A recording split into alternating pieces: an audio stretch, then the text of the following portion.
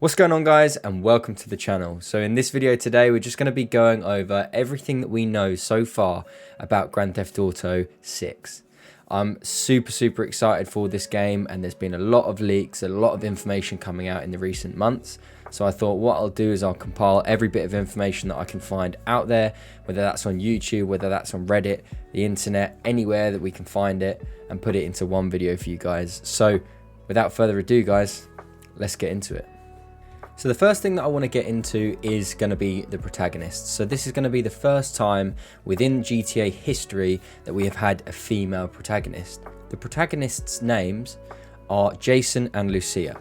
And everything that we know currently about Jason and Lucia is they are potentially going to be a couple, and there is going to be some sort of love interest between them. So we don't obviously know when that is going to occur, whether that's going to be from the very start of the game.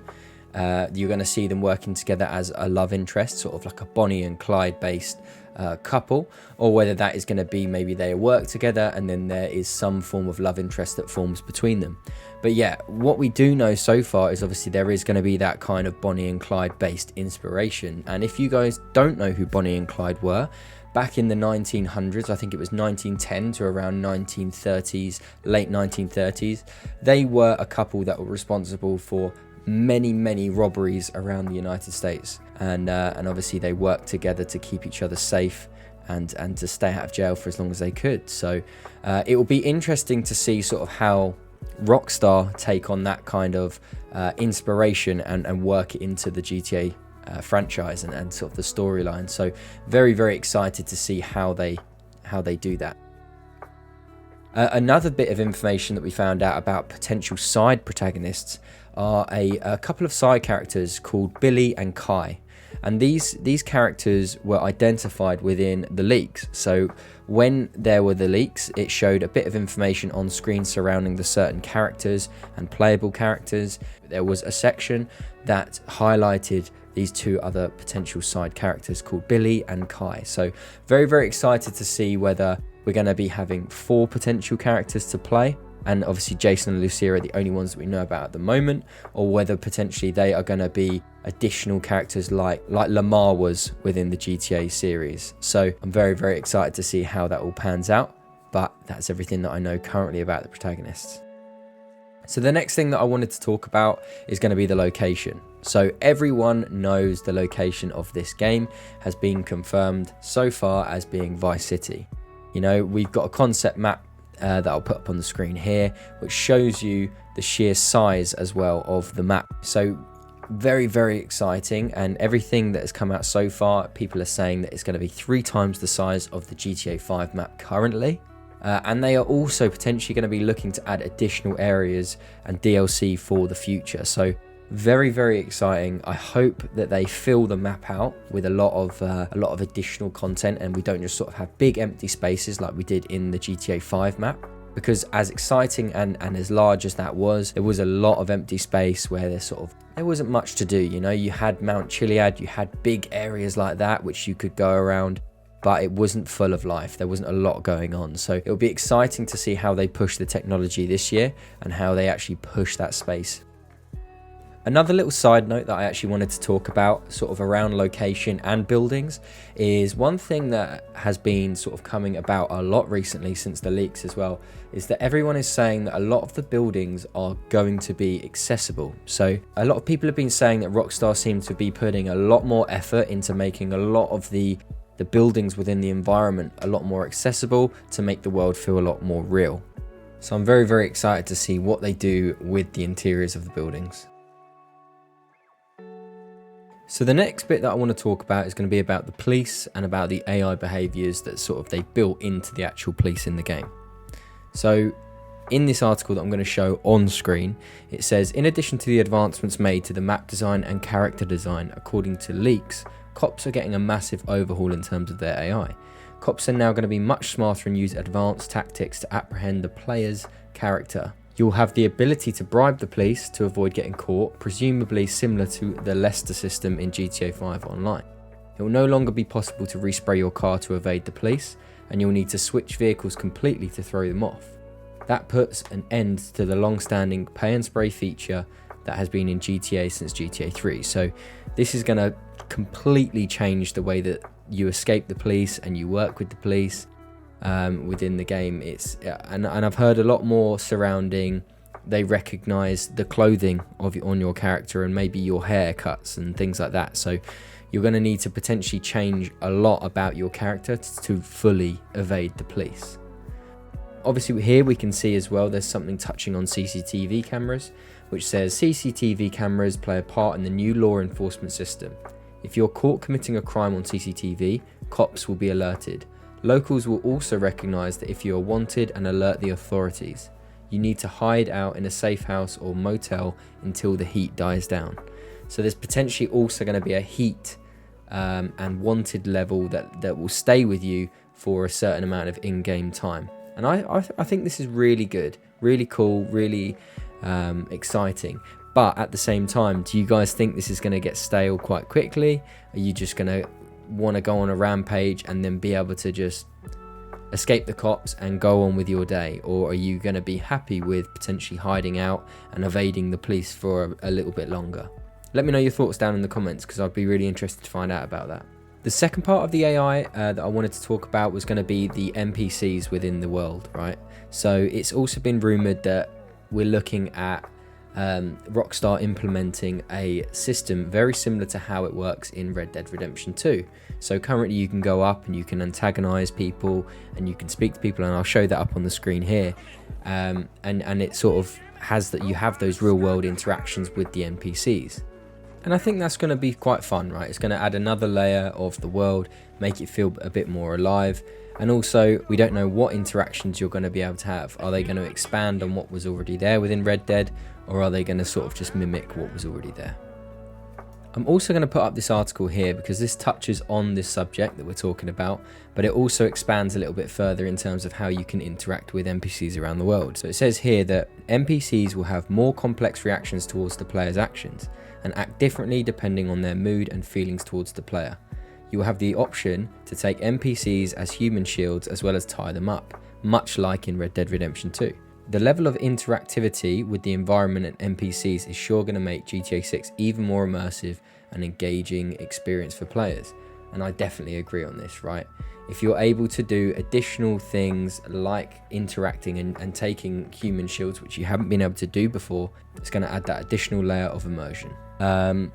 So yeah, what we've been told or identified that the water is going to be the most advanced water physics that we've seen in game so far. I'm going to put up some bits on the screen here around sort of how the water physics is potentially going to work. Obviously this is not confirmed 100% because Grand Theft Auto, they build everything within their own engines, so we don't know how the water physics is going to work exactly, but this is a good representation of maybe what we're looking at. And a lot of people are speculating that because of this water physics, it's going to then mean that there's going to be additional ways of interacting with the water and also being able to do additional activities, whether that be surfing, whether that be speedboat races like we've seen in the past, you know, those additional things, diving as well. There's going to be a lot more in terms of being able to explore within the sea. Within GTA 5 there has obviously been shipwrecks and plane crashes and UFOs that you can go down and find within the sea, but there was nothing to actually collect or to explore and to potentially gather things like treasure or collectibles, you know. So I've definitely been or I've definitely seen out there that they are looking to explore or expand on that underwater part of the map, right, by adding additional things that you can go down and explore and find and potentially collect. So another part of the game that's just going to be exciting, another thing that we've got to explore, which is going to be that underwater side of the game. So I also wanted to talk about the weapons and the inventory system and how the combat is going to work in GTA 6. So the first thing that I wanted to talk about was the weapon wheel. We've heard a lot of things currently about the weapon wheel potentially being sidelined and sort of them going for more of a structure behind Red Dead Redemption and how that worked in Red Dead Redemption 2. So as you can see on screen here in this article, it says once acquired, weapons will appear for selection in the updated version of the weapon wheel in GTA 6. which will also feature the ability to switch equipment and gear similar to Red Dead Redemption 2. And just like Red Dead Redemption 2, it seems that GTA 6 will allow a limited amount of weapons to be stored in the weapon wheel instead of an infinite supply of weapons like in GTA 5.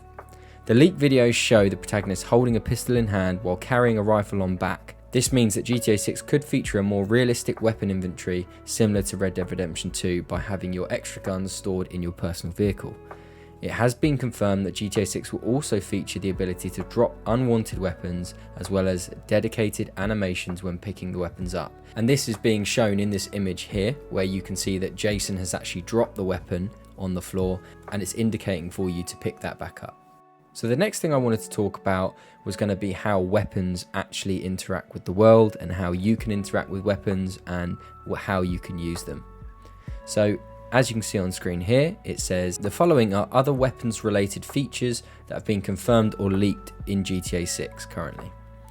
There are more drive-by capabilities. As a passenger, you can stand and shoot from outside the window as well as from the bed of the truck. This allows you to use weapons such as assault rifles during drive-bys. You can shoot while swimming, so potentially being able to shoot underwater. You know, there is a weapon that I will mention shortly in the weapon list that could potentially be used for underwater fishing or underwater hunting. The game features under fire animation, characters trying to block gunfire which adapts based on the weapons being held, as well as another animation titled as Overdose. The weapon wheel has been redesigned and it is similar to Red Dead Redemption 2, while with the ability to switch to equipment and gear with R1 or RB. You can carry weapons on your back.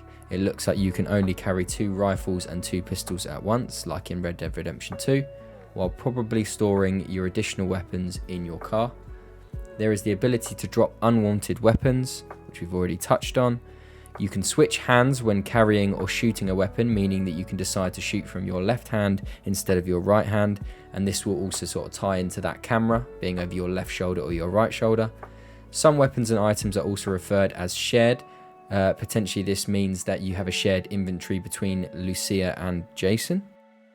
You can also carry a duffel bag, which could potentially increase your inventory, so potentially allowing you to carry additional weapons or to carry additional items that can be used in-game. There is also going to be additional item slots for things such as painkillers, health kits and body armor, and this means that you're potentially going to be able to apply body armor on the go. You're going to be able to keep that in your duffel bag or keep additional healing items similar to what we saw in Red Dead Redemption 2 again. So I'm also going to put up a list of all of the equipment items that we can obtain during the game, or what has been confirmed so far. And here you can see one is an auto dialer, binoculars, cut-off tool, flashlight, fruit, immobilizer, lockpick, loot bag, which is that duffel bag, Slim Jim, soda, taser, torch, tracker jammer, USB drive, wine and zip ties. So obviously those consumable items, as well as additional items, potentially like zip ties for a bank robbery, or a cut-off tool to be able to break into a building perhaps. So there's so many additional things that we're going to be able to get our hands on, which is really, really exciting. And then lastly, here is the full list of all of the weapons that we can see that have been confirmed for in-game weapons. So here we can see the assault rifle, a baseball bat, bolt action sniper, compact SMG, a crowbar, a fire bottle, flashbang, golf ball and golf club, a grenade, hunter sniper, knife, micro SMG, Molotov, pistol, Paul Q, pump action shotgun, an RPG, a smoke grenade, a spear gun, and then obviously unarmed.